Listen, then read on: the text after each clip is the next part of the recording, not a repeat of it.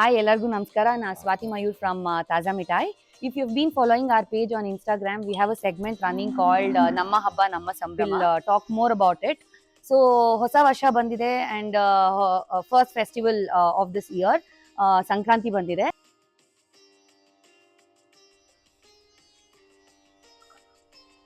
Welcome to your segment, Namma Habba Namma Sambrama.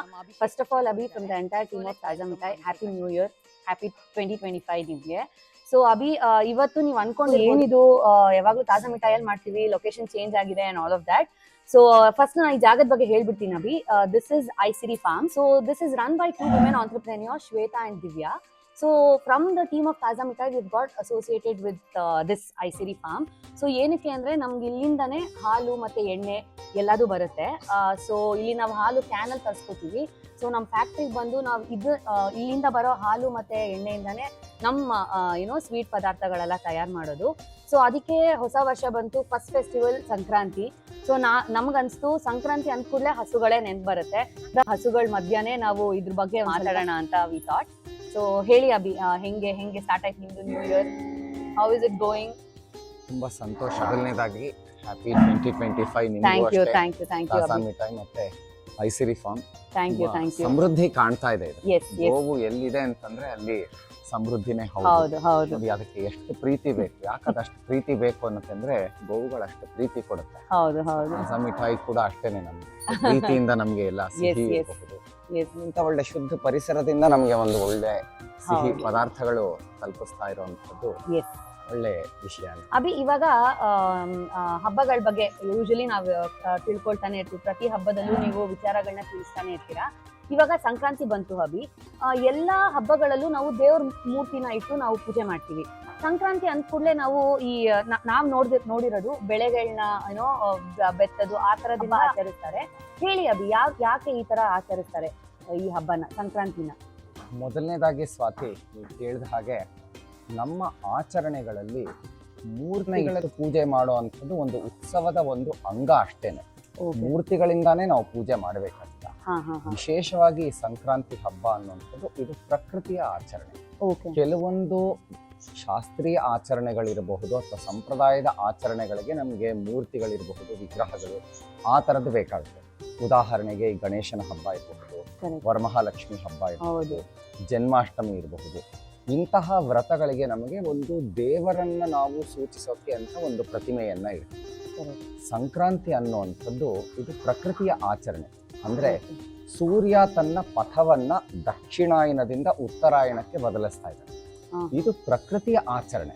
So ಸೂರ್ಯನ ಕಿರಣಗಳು ಎಲ್ಲೆಲ್ಲಿ ಹರಡುತ್ತೆ ಅಲ್ಲೆಲ್ಲವೂ ಕಡೆ ನಾವು ಸಂಕ್ರಾಂತಿಯನ್ನ ಆಚರಣೆ ಮಾಡ್ತೀವಿ. ಇದು ಸೂರ್ಯನ ಹಬ್ಬ.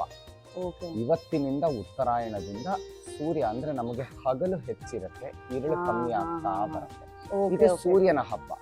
ಸೂರ್ಯನಿಗೆ ಸಂಬಂಧಪಟ್ಟಿರುವಂತದ್ದು ಏನು? ಮಣ್ಣು. ಮಣ್ಣಿನಲ್ಲಿ ನಾವೇನಾರ ಬೆಳಿಬೇಕು ಅಂದ್ರೆ ಸೂರ್ಯನ ಕಿರಣ ಬೇಕು. ನೀರು, ಆ ಸೂರ್ಯನಿಂದ ಬಂದಿರುವಂತಹ ಆವಿಯಾಗಿರುವಂತಹ ನೀರು, ಅದು ನಮಗೆ ಬೇಕು. ಗಾಳಿ, ಎಷ್ಟು ಸಮೃದ್ಧವಾಗಿ ಭೂಮಿ ಮೇಲೆ ಬೆಳೆಯುತ್ತೋ ಅಷ್ಟು ನಮಗೆ ಗಾಳಿ ಇರುತ್ತೆ. ಆಕಾಶದ ಮೂಲಕ ಬರ್ತಾ ಇದೆ. ಇದು ಒಂದು ಪ್ರಕೃತಿಯ ಹಬ್ಬ. ಇದಕ್ಕೆ ನಾವು ಮೂರ್ತಿಯನ್ನ ಇಡಬಾರ್ದ? ಇದಕ್ಕಿಂತ ಒಂದು ಒಳ್ಳೆ ಮೂರ್ತಿ ಬೇಕಾ? ಈ ಗೋವೇ ಒಂದು ಮೂರ್ತಿ ನಮಗೆ. ಸೊ ಇದು ಪ್ರಕೃತಿಯ ಹಬ್ಬ ನಮ್ಗೆ. ಅಭಿ ಹೇಳಿ, ಸಂಕ್ರಾಂತಿ ಹಬ್ಬ ಹೆಂಗೆ ಆಚರಿಸ್ತಾರೆ, ಯಾವ ರೀತಿಲಿ ಆಚರಿಸ್ತಾರೆ, ಆಮೇಲೆ ಬೇರೆ ಬೇರೆ ರಾಜ್ಯಗಳಲ್ಲಿ ಯಾವ ತರ ಈ ಹಬ್ಬನ ಆಚರಿಸ್ತಾರೆ ಅಭಿ? ಸ್ವಾತಿ, ಉತ್ತಮವಾದ ಪ್ರಶ್ನೆ. ನಾ ಹೇಳಿದಾಗೆ ಇದು ಸಂಕ್ರಾಂತಿ ಹಬ್ಬ ಅನ್ನೋದು ಇದು ಪ್ರಕೃತಿಯ ಹಬ್ಬ. ನಮ್ಮ ಎಲ್ಲ ಆಚರಣೆಗಳನ್ನು ನಾವು ಪ್ರಕೃತಿಯ ಜೊತೆಗೇನೆ ಮಾಡುವಂಥದ್ದು. ವಿಶೇಷವಾಗಿ ಈ ಸಂಕ್ರಾಂತಿ ನಾವು 2 ದಿನಗಳ ಕಾಲ ನಾವು ಆಚರಣೆ ಮಾಡ್ತೀವಿ. ಒಂದು ಭೋಗಿ ಹಬ್ಬ, ಎರಡನೇದು ಸುಗ್ಗಿ ಹಬ್ಬ. ಭೂಮಿಯಲ್ಲಿ ತಾನು ಬೆಳೆಯಕ್ಕೆ ಏನೇನು ಬೇಕು ಆ ಸಲಕರಣೆಗಳನ್ನು ಎಲ್ಲವನ್ನು ತಾನು ಇಟ್ಟು ಭೂಮಿ ತಾಯಿಗೆ ಪೂಜೆ ಮಾಡಿ, ನಿನ್ನಿಂದ ನನಗೆ ಈ ಫಸಲು ಬಂತು ಅಂತ ಹೇಳುವಂಥದ್ದು ಈ ಭೋಗಿ ಹಬ್ಬ. ಆ ಭೋಗಿ ಹಬ್ಬದ ದಿನ ರೈತ ತಾನು ಬೆಳೆದಂತಹ ಎಲ್ಲ ವಸ್ತುಗಳನ್ನು ಇಟ್ಟು ಪೂಜೆ ಮಾಡಿ, ಅವತ್ತಿನ ದಿನ ನಿವೇದನೆ ಮಾಡಿ, ಮಾರನೇ ದಿನ ಅಂದರೆ ಸುಗ್ಗಿ ಹಬ್ಬದ ದಿನ ಅದನ್ನು ಸೂರ್ಯನಿಗೆ, ನಾವು ನೀರಿಗೆ ನಾವೇನಾರ ಸಮರ್ಪಣೆ ಮಾಡ್ತೀವಿ. ಗಾಳಿ ಅಂತಂದರೆ ನಮಗೆ ಅದು ಸ್ಪರ್ಶವಾಗುತ್ತೆ. ನಮಗೆ ಆಕಾಶ ನಾವು ಓಡಾಡುವಂಥದ್ದು, ನಮಗೆ ಎದುರಿಗೆ ಇರುವಂಥದ್ದು ಆಕಾಶ. ಆದರೆ ಸೂರ್ಯನಿಗೆ ಹೇಗೆ ನಾವು ಮುಗಿಸುವಂಥದ್ದು ಎಲ್ಲವನ್ನು ಅವನಿಗೆ ಇಟ್ಬಿಟ್ಟು ನೋಡು ನಿನ್ನ ಕಿರಣದಿಂದ ಇವೆಲ್ಲ ಸಾಧ್ಯ ಆಯಿತು ಅಂತ ನಾವು ಸೂರ್ಯನ ಮುಂದೆ ಇದು ಬಯಲಲ್ಲಿ ಮಾಡುವಂತಹ ಒಂದು ಹಬ್ಬ. ಅದು ನಾವು ಸುಗ್ಗಿ ಹಬ್ಬದ ಅದು ಸಂಕ್ರಾಂತಿ ಆಗುತ್ತೆ. ಅದು ಮಕರ ಸಂಕ್ರಾಂತಿ ಅಂದರೆ ಸೂರ್ಯ ಧನುರಾಶಿಯಿಂದ ಮಕರ ರಾಶಿಗೆ ಪ್ರವೇಶ ಆಗುವಂಥದ್ದು. ಈ ಸಮಯದಲ್ಲಿ ನೀವು ಸ್ವಲ್ಪ ಇದನ್ನ ಗೋಚರ ಮಾಡಬಹುದು. ಸ್ವಲ್ಪ ಮೈಯೆಲ್ಲ ಒಡೆಯತ್ತೆ ನಮಗೆ. ಅಂದ್ರೆ ಸೂರ್ಯನ ಕಿರಣನೂ ತೀಕ್ಷ್ಣವಾಗಿರುತ್ತೆ ಇಲ್ಲಿ, ಮತ್ತೆ ಚಳಿನೂ ತೀಕ್ಷ್ಣವಾಗಿರುತ್ತೆ. ಎಲ್ಲಿ ಚಳಿ ಮತ್ತೆ ಸೂರ್ಯನ ಕಿರಣ ತೀಕ್ಷ್ಣವಾಗತ್ತೆ, ಚರ್ಮ ಎಲ್ಲ ಒಣಗಕ್ಕೆ ಶುರು ಆಗುತ್ತೆ. ಆ ಒಣಗಕ್ಕೆ ಹೋದಾಗ ಮೈ ಒಡೀತು ಅಂತ ಹೇಳಿ ಅವಾಗ ಸಾಮಾನ್ಯವಾಗಿ ನಾವೇನ್ ಮಾಡ್ತೀವಿ, ಸ್ವಲ್ಪ ಜಿಡ್ಡಿನ ಪದಾರ್ಥ ದೇಹಕ್ಕೆ ಬೇಕು. ಯಾಕಂದ್ರೆ ವಾತಾವರಣದಲ್ಲಿ ನೀರಿನ ಕೊರತೆ ಕಮ್ಮಿ ಇರುತ್ತೆ. ಅದಕ್ಕೆ ನಮಗೆ ಜಿಡ್ಡಿನ ಅಂಶ ದೇಹಕ್ಕೆ ಬೇಕು. ಬಾಯಿ ಒಡೆಯೋ ಅಂಥದ್ದು ಇರ್ಬೋದು, ಕೂದಲು ಉದುರೋ ಅಂಥದ್ದು, ಇದು ಸರ್ವೇ ಸಾಮಾನ್ಯ. ಇನ್ನೊಂದು ತಿಂಗಳಾಗ್ತಾ ಬರಲಿ ಮರಗಳು ತನ್ನ ಎಲೆಗಳನ್ನೆಲ್ಲ ಭೂಮಿಗೆ ಉದುರಿಸುತ್ತೆ, ವಸಂತ ಋತುಗೆ ಸಿದ್ಧವಾಗುತ್ತೆ. ಸೊ ಇಂಥ ಒಂದು ಹಬ್ಬನೇ ಈ ಒಂದು ಸಂಕ್ರಾಂತಿ ಹಬ್ಬವಾಗಿರುತ್ತೆ ನಮಗೆ. ಈ ಹಬ್ಬದ ಆಚರಣೆಯಲ್ಲೂ ಸಹ ನಾವು ವಿಶೇಷವಾಗಿ ಎಳ್ಳನ್ನ ಬೀರುವಂಥದ್ದು ಒಂದು ದಕ್ಷಿಣದಲ್ಲಿ ನಾವು ಮಾಡ್ಕೊಂಡು ಬಂದಿರುವಂಥದ್ದು. ಏನು ಈ ಎಳ್ಳು ಬೀರೋ ಅಂಥದ್ದು ಈ ಆಚರಣೆಯಲ್ಲಿ, ನಾವು ಆ ಎಳ್ಳು ಬೀರಬೇಕಾದ್ರೆ ನಾವು ಎಳ್ಳಿಗೆ ವಿಶೇಷವಾದಂತಹ ಒಂದು ಸ್ಥಾನಮಾನವಿದೆ. ಆ ಎಳ್ಳಿಗೆ ನಾವು ಹೇಳುವಂಥದ್ದು, ಪರಮಾತ್ಮ ಸಮುದ್ರ ಮಥನ ಮಾಡಬೇಕಾದ್ರೆ ತನ್ನ ಆನಂದ ಬಾಷ್ಪ ಅನ್ನೋದೇನಿದೆ, ಆನಂದ ಬಾಷ್ಪದಿಂದ ಬಂದಂಥದ್ದು ಎಳ್ಳು. ಅಂಥ ಒಳ್ಳೆ ಪವಿತ್ರ ಸ್ಥಾನ ಎಳ್ಳಿಗಿದೆ. ಆ ಎಳ್ಳನ್ನು ಬೀರಬೇಕಾದ್ರೆ ನಾವೇನು ಮಾಡ್ತೀವಿ, ನಮ್ಮ ಆಚರಣೆಯಲ್ಲಿ ಪಿತೃದೇವತೆಗಳನ್ನು ನಾವು ನೆನಪಿಸ್ಕೊಂಡು ಅವತ್ತಿನ ದಿನ ಕಡಲೆಕಾಯಿಯಲ್ಲೂ ಜಿಡ್ಡಿನ ಅಂಶ ಇದೆ, ಕೊಬ್ಬರಿಯಲ್ಲೂ ಜಿಡ್ಡಿನ ಅಂಶ ಇದೆ, ಎಳ್ಳಿನಲ್ಲೂ ಜಿಡ್ಡಿನ ಅಂಶ ಇದೆ. ಮತ್ತೆ ಇದಿಷ್ಟನ್ನು ತಿಂದಾಗ ದೇಹದಲ್ಲಿ ಪಿತ್ತ ಸೃಷ್ಟಿಯಾಗುತ್ತೆ. ಆ ಪಿತ್ತವನ್ನ ನಾವು ಹೊಡೆದೋಡಿಸೋದಕ್ಕೆ ಬೆಲ್ಲವನ್ನ ನಾವು ಸೇರಿಸ್ತೀವಿ. ಮತ್ತೆ ಬಾಯಿಯನ್ನು ಸಿಹಿ ಮಾಡೋದಕ್ಕೆ ಬೆಲ್ಲ ಮತ್ತೆ ಹುರಿಗಡ್ಡೆ, ಇದಿಷ್ಟನ್ನು ಮಿಶ್ರಣ ಮಾಡಿ ನಾವು ಸೇವನೆ ಮಾಡೋದು. ಸೇವನೆ ಮಾಡಬೇಕಾದ್ರೆ ಏನು, ಮನೇಲಿ ನಾವು ಮಾಡ್ಕೊಂಡು ನಾವು ತಿನ್ನುವಂಥದ್ದು ಅಲ್ಲ. ನಮ್ಮ ಸಂಪ್ರದಾಯದಲ್ಲಿ ನಾವು ಒಬ್ಬರಿಗೆ ಕೊಟ್ಟು ನಾವು ಅದನ್ನು ಸ್ವೀಕಾರ ಮಾಡ್ತೀವಿ. ಹಾಗಾಗಿ ಮೊದಲನೇ ದಿನ ಭೋಗಿ ಹಬ್ಬದ ದಿನ ಎಲ್ಲವನ್ನೂ ನಾವು ಒಂದು ಕಡೆ ಶೇಖರಣೆ ಮಾಡಿ ಸಮರ್ಪಣೆ ಮಾಡ್ತೀವಿ. ಎರಡನೇ ದಿನ ಅದನ್ನು 4 ಜನಕ್ಕೆ ಹಂಚಿದ್ವಿ. ಹಂಚಾದ ಮೇಲೆ ನಾವು ಅದನ್ನು ಸ್ವೀಕಾರ ಮಾಡುವಂಥದ್ದು ಸಂಕ್ರಾಂತಿಯ ವಿಶೇಷ. ಓಕೆ ಅಭಿ, ಇವಾಗ ಸಂಕ್ರಾಂತಿ ಅಂದ್ರೆ ಕಬ್ಬು ಅಂತ ನಮ್ ತಲೆಲೂ ನಾವು ಚಿಕ್ಕ ವಯಸ್ಸಿಂದ ಕಬ್ಬೆಲ್ಲ ತಿನ್ಕೊಂಡು ಬಂದಿದೀವಿ. ಏನಿದೆ ಈ ಹಬ್ಬಕ್ಕೆ, ಯಾಕೆ why it's given so much of importance ಕಬ್ಬಿಗೆ? ಹೌದು, ದಕ್ಷಿಣ ವಿಶೇಷವಾಗಿ ನಮ್ಮ ಕರ್ನಾಟಕದ ಕಡೆ ಕಬ್ಬನ್ನ ಬೆಳಿತೀವಿ, ರಾಗಿ ಬೆಳಿತೀವಿ ನಾವು.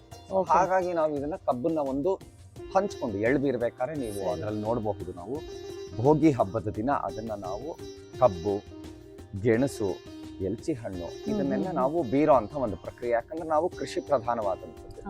ಕೃಷಿ ಅಂದ್ರೆ ಇಲ್ಲಿ ನಾವು ನೋಡ್ಕೊಳ್ಬೇಕು, ಬರೀ ನಾವು ಭೂಮಿ ಮೇಲೆ ಬೆಳೆಯುವಂಥದ್ದೇ ಕೃಷಿ ಅಲ್ಲ. ಕುಂಬಾರ ತಾನು ಮಣ್ಣಿನಿಂದ ಮಾಡಿರೋಂಥ ಬೆಳಕೆ ಅದು ಅವನ ಕೃಷಿ. ಅದು ಹೀಗೆ ಬೇರೆ ಅವರು ಮಾಡಿರೋಂಥದ್ದನ್ನ ಬೆಳಿತಾರೆ. ದಕ್ಷಿಣದಲ್ಲಿ ಇದನ್ನ ನಾವು ಕಬ್ಬು ಬೆಳಿತೀವಿ. ನೀವು ಪಂಜಾಬ್ಗೆ ಹೋಗಿ, ಅಲ್ಲಿ ಅವರು ಗೋಧಿ ಬೆಳಿತಾರೆ, ಮತ್ತೆ ವಿಶೇಷವಾಗಿ ಅವರು ಜೋಳ ಬೆಳಿತಾರೆ. ಅವರು ಲೋರಿ ಅಂತ ಇದನ್ನ ಹಬ್ಬವನ್ನ ಆಚರಣೆ ಮಾಡ್ತಾರೆ. ಬಂಗಾಳದಲ್ಲಿ ನೀವು ಹೋಗಿ ಅವ್ರು ಅದನ್ನ ಸಂಕ್ರಾಂತಿ, ಅವ್ರು ಅಲ್ಲಿ ಸಂಕ್ರಾಂತಿ ಅಂತ. ಇಡೀ ದೇಶದಲ್ಲಿ ಆ ರಾಜ್ಯಗಳಲ್ಲಿ ಏನು ಬೆಳಿತಾರೆ ಅದನ್ನ ಮಾತ್ರ ಸಮರ್ಪಣೆ ಮಾಡುವಂಥದ್ದಿದೆ ಹೊರತು ಇಲ್ಲಿ ಪೂಜೆ ಮಾಡಿ ಹಂಚ್ಕೊಳ್ಳುವಂಥದ್ದಿದೆ. ಯಾವುದೇ ಒಂದು ಹಬ್ಬದಲ್ಲೂ ಬೇರೆ ಎಲ್ಲಿಂದಾನೋ ತಂದಿರೋಂಥದ್ದನ್ನ ನಾವು ಮಾಡ್ಕೊಳ್ಳೋಂಥದ್ದು. ನಾವು ಏನು ಬೆಳೆದಿರ್ತೀವಿ ಅದನ್ನ 4 ಜನಕ್ಕೆ ಹಂಚ. ಮತ್ತೆ ಇನ್ನೊಂದನ್ನು ಯೋಚನೆ ಮಾಡಿ ನೀವು, ನಮ್ಮಲ್ಲಿ ಇದು ಫೆಸ್ಟಿವಲ್ ಆಫ್ ಹಾರ್ವೆಸ್ಟ್ ಅಂತ ಸಂಕ್ರಾಂತಿ ಹಬ್ಬ ಒಂದು ಗಮನಿಸಿ. ಕೇರಳದ ಕಡೆ ನಾವು ಹೋದ್ರೆ ಸಂಕ್ರಾಂತಿಗೆ ಅಷ್ಟು ವಿಶೇಷ ಇಲ್ಲ. ಅಂತಂದ್ರೆ ಅದು ಪಿತೃ ಕಾರ್ಯ ಮಾಡಬೇಕು. ಸೂರ್ಯ ಧನುರಾಶಿಯಿಂದ ಮಕರ ರಾಶಿಗೆ ಹೋದ ಮಕರ ಸಂಕ್ರಾಂತಿ ಅಂತ ಅಷ್ಟಕ್ಕೆ ಸೀಮಿತವಾಗಿರುತ್ತೆ. ಆದ್ರೆ ಅವರ ಆಚರಣೆ ಈ ಫೆಸ್ಟಿವಲ್ ಆಫ್ ಹಾರ್ವೆಸ್ಟ್ ಇದೆಯಲ್ಲ, ಅದು ಓಣಂ ಅಂತ ಮಾಡ್ತಾರೆ. ಯಾಕಿರಬಹುದು? ಯಾಕೆ ಅಂದ್ರೆ ಕೇರಳ ಅದು ಸಮುದ್ರ ತೀರದಲ್ಲಿ ಇರುವಂಥದ್ದು. ಅವರು ಕೇರಳದಲ್ಲಿ ವಿಶೇಷವಾಗಿ ಅವರು ಮಾಡುವಂಥದ್ದು ಸಮುದ್ರದ ತರಕಾರಿ ಅಂತಂದ್ರೆ ಮೀನು. ಅದು ಮಳೆಗಾಲ ಬಂದಿರುತ್ತೆ, ಆಗಸ್ಟ್ ಹೊತ್ತಿಗೆ, ವರ್ಷ ಋತು. ಆ ಒಂದು ಸಂದರ್ಭದಲ್ಲಿ ಅವರು ಮಾಡುವಂಥದ್ದು, ಅವರು ಓಣಂನ್ನ ಆಚರಣೆ ಕೇರಳದಲ್ಲಿ ಮಾಡ್ತಾರೆ. ಅಭಿ, ಇದು ನೋಡಿದ್ರೇನೆ ಗೊತ್ತಾಗುತ್ತೆ ನಂದು ನೆಕ್ಸ್ಟ್ ಡೌಟ್. ಅಭಿ ಹೇಳಿ, ಏನಕ್ಕೆ ಓನ್ಲಿ ಈ ಹಬ್ಬದಲ್ಲಿ ನಾವು ಇಷ್ಟೊಂದು ಇಂಪಾರ್ಟೆನ್ಸ್ ಇದಕ್ಕೆ ಕೊಡ್ತೀವಿ ಅಂತ? ಇದಕ್ಕೆ ಇಂಪಾರ್ಟೆನ್ಸ್ ಅನ್ನೋದೇನು ಅಂತಂದ್ರೆ, ಈ ಸಮಯದಲ್ಲಿ ಮಾಡಬಹುದು. ಮಳೆ ಇಲ್ಲ, ಸರಿ, ಒಳ್ಳೆ ಬಿಸಿಲಿದೆ, ತಂಪಾದ ಗಾಳಿ ಇದೆ. ಇದಕ್ಕಿಂತ ಇನ್ನೇನು ಬೇಕು? ಓಕೆ ಓಕೆ ಗಾಳಿಪಟ ಹಾರಿಸೋದಕ್ಕೆ. ಯಾಕಂದ್ರೆ ಈ ಒಂದು ವಿಶೇಷವಾದಂತ ಋತು ಇದಾದ್ಮೇಲೆ ನೆಕ್ಸ್ಟ್ ಇನ್ನು ಬಿಸಿಲುಗಾಲ ಶುರು ಆಗುತ್ತೆ. ಹೌದು ಹೊರಗೆ ನಿಂತ್ಕೊಂಡು ಹಾರಿಸೋದಿರ್ಲಿ, ಹೊರಗೆ ಹೋಗೋದಕ್ಕೂ ಕಷ್ಟ Correct, ಆಗುತ್ತೆ, ನಮ್ಗೆ ಹೌದು. ಗಾಳಿ ಇರೋದಿಲ್ಲ. ಹೌದು ಹೌದು ಅದಾದ್ಮೇಲೆ ಮಳೆ ಬರುತ್ತೆ, ಹೌದು. ಮಳೆ ಆದ್ಮೇಲೆ ಆಗೋದಿಲ್ಲ. ಆಗಲ್ಲ. ಮತ್ತೆ ಹಗಲೇ ಜಾಸ್ತಿ ಇದೆ. ಈ ಹೊಲದಲ್ಲೆಲ್ಲ ಕೆಲಸ ಮಾಡ್ತಾ ಇರ್ಬೇಕಾದ್ರೆ ಹಿಂದಿನ ಕಾಲದಲ್ಲಿ ಇದು ಶುರು ಆಗಿರುವಂತದಕ್ಕೆ ಒಂದು ಒಳ್ಳೆ ರೋಚಕ ಕಥೆ ಇದೆ. ಓಕೆ ಹೊಲದಲ್ಲಿ ಕೆಲಸ ಮಾಡುವಂತ ಕೃಷಿ ಪ್ರಧಾನ ದೇಶ ನಮ್ದು. ಪ್ರತಿದಿನ ಕೆಲಸ ಮಾಡ್ತಾನೆ ಇದ್ರ ಬೆಳಗ್ಗೆಯಿಂದ ಸಾಯಂಕಾಲ ತನಕ ಏನಿರುತ್ತೆ ಅಷ್ಟು ಕೆಲಸ ಬಿತ್ತನೆ ಮಾಡಾದ್ಮೇಲೆ. ರೈತರಿಗೂ ಅಷ್ಟೇನೆ, ದೇಶದಲ್ಲಿರುವಂತ ಜನರಿಗೆ ಎಲ್ರಿಗೂ ಅವ್ರಿಗೂ ಒಂಥರ ಒಂದು ಎಂಟರ್ಟೈನ್ಮೆಂಟ್, ಹೌದು ಒಂದು ಫನ್ ಎಲಿಮೆಂಟ್ ಇರಬೇಕು. ಹೌದು ಹೌದು ಹಾಗಾಗಿ ಗಾಳಿ. ಓಕೆ ಯಾಕಂದ್ರೆ ಕಟಾವ್ ಮಾಡಿದ್ದಾರೆ, ದೊಡ್ಡ ಬಯಲಿದೆ ಜಾಗ, ನಮ್ಗೆ ಕರೆಕ್ಟ್ ಜಮೀನಿದೆ, ಕರೆಕ್ಟ್ ಏನ್ ಮಾಡೋದು ಬನ್ನಿ ಹಾರಿಸೋಣ ಅನ್ನೋದು. Correct, ಅದರಿಂದ ಗಾಳಿಪಟ ಹಾರ್ಸಕ್ ಶುರು ಮಾಡಿದ್ರು. ಹಾ ಅದೊಂದು ಆಚರಣೆ ಆಯ್ತು, ಹೌದು. ಆಚರಣೆ ಸಂಪ್ರದಾಯವಾಯ್ತು, ಸಂಪ್ರದಾಯ ಶಾಸ್ತ್ರವಾಗಿ ಬದಲಾಗಿದೆ. ಕರೆಕ್ಟ್ ಇದಕ್ಕಿರೋಂಥದ್ದು ಅದೇನೆ, ಓಕೆ ನಾವು ಎತ್ತರಕ್ಕೆ ಗಾಳಿಪಟವನ್ನ ನಾವು ಹಾರಿಸ್ತಾ ಇರ್ಬೇಕು. ಓಕೆ ಓಕೆ ಓಕೆ ಅಭಿ ಹೇಳಿ. ಸ್ವಾತಿ, ಹಾ. ನಾನ್ ನಿಮ್ಗೊಂದು ಪ್ರಶ್ನೆ ಕೇಳ್ತೀನಿ. ಹೇಳಿ ಅಭಿ. ತಾಜಾ ಮಿಠಾಯಿ, ಐಸಿರಿ, ಹೌದು ಒಂದು ಸಿಹಿ, ಒಂದು ಹಾಲಿನ ಉತ್ಪನ್ನ, ಕರೆಕ್ಟ್. ಏನ್ ಸಂಬಂಧ? ಓಕೆ ಅಭಿ, ನಾನು ಸ್ಟಾರ್ಟಿಂಗ್ ಅಲ್ಲೇ ಹೇಳ್ದಂಗೆ ಇದು ನಮ್ದು home grown brand Abhi. So ಹೇಳ್ದಂಗೆ ಶ್ವೇತಾ ಮತ್ತೆ ದಿವ್ಯಾ ಅಂತ ಐಸಿರಿ ಫಾರ್ಮ್ಸ್ ನ ಸ್ಟಾರ್ಟ್ ಮಾಡಿದ್ರು.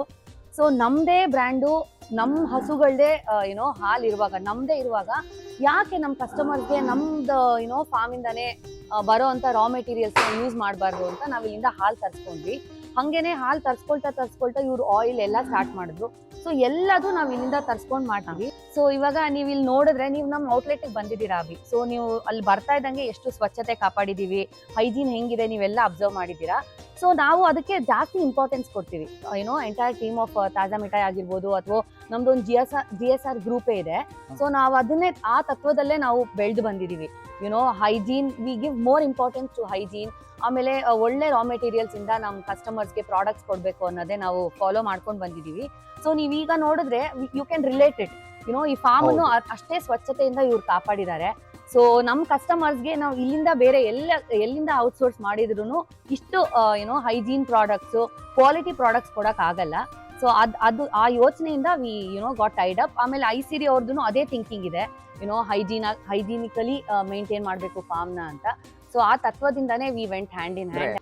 ಹೆಸರಿಗೆ ಮಾತ್ರ ತಾಜಾ ಮಿಠಾಯಿ ಅಂತಲ್ಲ, ಹಾ ತಾಜಾ ಅಂತಂದ್ರೆ ಏನು, ಶುದ್ಧವಾಗಿರೋದು ಅಂತ. ಕರೆಕ್ಟ್. ಯಾಕಂದ್ರೆ ನಾವು ಶುದ್ಧವಾಗಿ ಒಂದು ಆಂಬಿಯನ್ಸ್ ಕ್ರಿಯೇಟ್ ಮಾಡಿ ಒಂದು ಶೋಕೇಸ್ ಅಲ್ಲಿ ಇಟ್ಟಿರೋಂಥದ್ದಲ್ಲ. ಇದನ್ನ ನೋಡ್ತಿದ್ರೇನೆ ಗೊತ್ತಾಗ್ತಾ ಇದೆ, ಯಾವುದೇ ಒಂದು ಹಸು ಹೌದು. ಇಲ್ಲಿ ಒಂದು ಟೆನ್ಷನ್ ವಾತಾವರಣದಲ್ಲಿ ಇಲ್ಲ. ಹೌದು ಹೌದು, ಎಲ್ಲ ಶಾಂತವಾಗಿದೆ ನೋಡಿ ಅಭಿ. ಶಾಂತವಾಗಿದೆ ಅಂಡ್ ಶುದ್ಧವಾಗಿದೆ. ಕರೆಕ್ಟ್. ಅದರ ಸ್ವಭಾವದಿಂದಾನೇ ಗೊತ್ತಾಗತ್ತೆ ಇದೊಂದು ಹೌದು ನಮಗ್ ಬರ್ತಿರೋಂತಹ ಒಂದು ಪ್ರಾಡಕ್ಟ್ ಇರಬಹುದು. ಆಮೇಲೆ ಹೌದು, ನಾನು ನಿಮ್ಮ ಫ್ಯಾಕ್ಟರಿ ಔಟ್ಲೆಟ್ ನೋಡಿದೀರಾ. ಹೌದು. ಮಾಡಿದ್ದೀನಿ. ಸೊ ನಮ್ದು ಎಲ್ಲಾ ಬ್ರ್ಯಾಂಡ್ ಅಲ್ಲೂ ವಾಟ್ ವಿ ಫಾಲೋ ಅಂದ್ರೆ we are open to customers Abhi. So customers they can walk in any time. ನಾವ್ ಹೆಂಗೆ ಮ್ಯಾನುಫ್ಯಾಕ್ಚರ್, ಹೆಂಗ್ ಪ್ರೊಡಕ್ಷನ್ ಮಾಡ್ತೀವಿ ನೋಡ್ಬೋದು. ಈ ಫಾರ್ಮ್ ನು ಹಂಗೆ ಮೇಂಟೈನ್ ಮಾಡ್ಕೊಂಡ್ ಬಂದಿದ್ದಾರೆ. They have farm visit. ಅದೇ ತರ ನಮ್ಮ ಮಿಠಾಯಿ ಫ್ಯಾಕ್ಟರಿಯಲ್ಲೂ ನಾವು customers can walk in and see ನಾವು ಪ್ರೊಡಕ್ಷನ್ ಹೆಂಗ್ ಮಾಡ್ತೀವಿ ಅಂತ ಎಲ್ಲದೂ ನೋಡ್ಬೋದು. ಸೊ ಅದೊಂದು ಟ್ರಾನ್ಸ್ಪರೆನ್ಸಿ ನಾವು ಇಟ್ಕೊಂಡಿದೀವಿ. ತುಂಬಾ ಒಳ್ಳೆ ವಿಚಾರ ನೀವು ಹೇಳಿದ್ರಿ. ಯಾಕಂದ್ರೆ ನಾನು ಲಾಸ್ಟ್ ಟೈಮ್ ನಾನು ಮೀಟ್ ಮಾಡ್ಬೇಕಾದ್ರೆ ಪ್ರತಿಯೊಬ್ರು ಅಲ್ಲಿ ಜೋಡಿಸ್ಕೊಂಡಿರೋಂತ ಹೌದು. ತಾಜಾ ಮಿಠಾಯಿ ಅವ್ರ ಪರ್ಸನಲ್ ಹೈಜೀನ್ ಬಗ್ಗೆನೂ ನೀವು ಎಷ್ಟು ಕೇರ್ ತಗೊಳ್ತೀರಾ ಅಂದ್ರೆ ಹ್ಯಾಂಡ್ Correct. ಗ್ಲೌಸ್ ಹಾಕೊಳ್ಳೋದು, ಕ್ಯಾಪ್ ಹೌದು. ಹಾಕೊಳ್ಳೋದು. ಹೌದು ಹೌದು ಇಟ್ಸ್ ನಾಟ್ ಓನ್ಲಿ ಒಂಥರ ಆಪ್ಟಿಕ್ಸ್ ಮಾಡ್ತಿರೋಂಥದ್ದು, ಹೌದು, ಆಪ್ಟಿಕ್ಸ್ ಹೌದು. ಮಾಡ್ತಿರೋಂಥದ್ದಲ್ಲ, ಯು ಆಕ್ಚುಲಿ ಮೀನ್. ಹೌದು. ಈ ಕುತೂಹಲ ನನಗಿತ್ತು, ಐಸಿರಿ ತಾಜಾ ಮಿಠಾಯಿ ಅನ್ನುವಂಥ ಒಂದು ಕುತೂಹಲ ನನಗಿತ್ತು. ಹೌದು ಅಭಿ. ಥ್ಯಾಂಕ್ ಯು ಈ ಒಂದು ಎಸ್ ಅಭಿ. ತಾಜಾ ಮಿಠಾಯಿಯ ಎಲ್ಲ ಗ್ರಾಹಕರಿಗೂ ಮಕರ ಸಂಕ್ರಾಂತಿಯ ಶುಭಾಶಯಗಳು. ಎಳ್ಳು ಬೆಲ್ಲ ತಿಂದು ಒಳ್ಳೆ ಮಾತಾಡಿ. ನಮಸ್ಕಾರ.